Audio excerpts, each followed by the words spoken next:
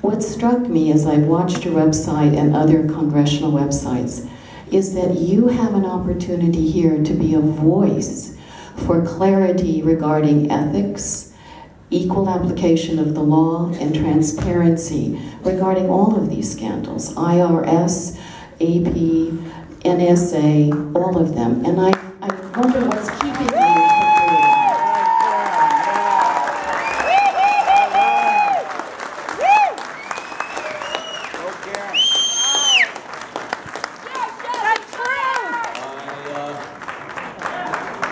Close the borders. I thank you for thinking that I can play that big national role. I try to speak out on the right side. I guess our webpage could use a bit more up-to-date content, but in terms of speaking out on the issues I think are important, I think we're here and I'm doing that right now. As to the NSA, I voted for the Amash Amendment. As for Obamacare, I'll take a minute on that. There's a lack of focus on how the system was deteriorating before the Health Care Act was passed or the Obamacare Act was passed. The first, a couple things to keep in mind. First, this whole controversy is not about staying well, which is probably more important than the kind of medical care you get.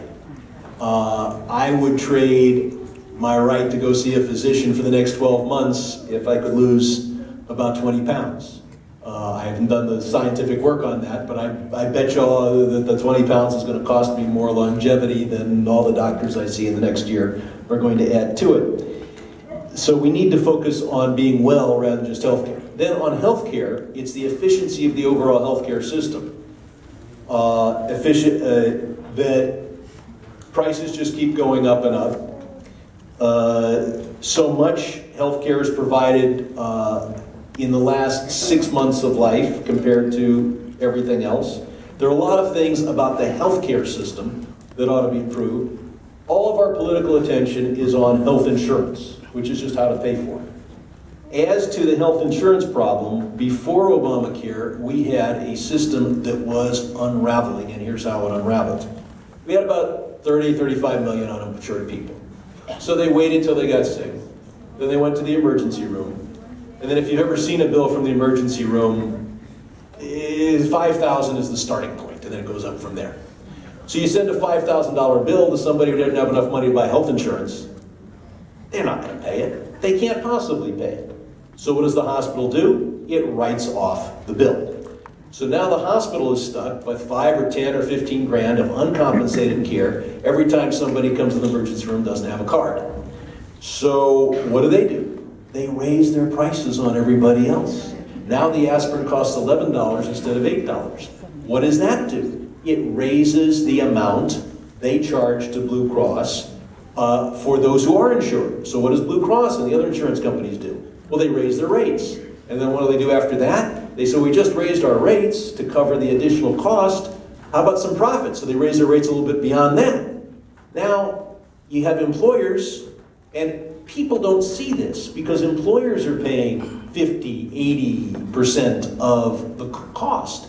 The employer gets the bill, oh my God, look at how the healthcare cost has gone up. So what do? Well, many of them pay it. But a few of them say, okay, we're just not going to provide health coverage. And so now you have 37 million people unemployed, or uncovered. Those people go to the emergency room. They get the uninsured coverage. The hospital has more people providing thousands of dollars of care for which they're not paid. They raise the price of the aspirin to $17 per aspirin. Blue Cross and other insurance companies raise their rates, and then they raise them again. More companies drop. That cycle was in full swing in 2008 and 2009. And had we simply kept what we had, we could not have kept what we had. Because that system was unraveling. the only way we're going to be able to provide health care for every American who has the right to show up in an emergency room is to make sure that everybody has coverage. And It's not my responsibility. excuse me, you do not have the floor. It's not my responsibility for pay for everyone. This is America. And so, Go down. Shut up or get out! He has the right to talk. this is our town hall. The people who should be speaking are those who are recognized for the floor. If somebody wants to speak at great length, they should book their own town hall. And I'll do what I can with El Camino Charter High School to give anyone else here their own forum. You don't hijack somebody else's forum. Now, so the point I'm making is the system we had before was not just bad for the 35 million who didn't have coverage, but was unraveling.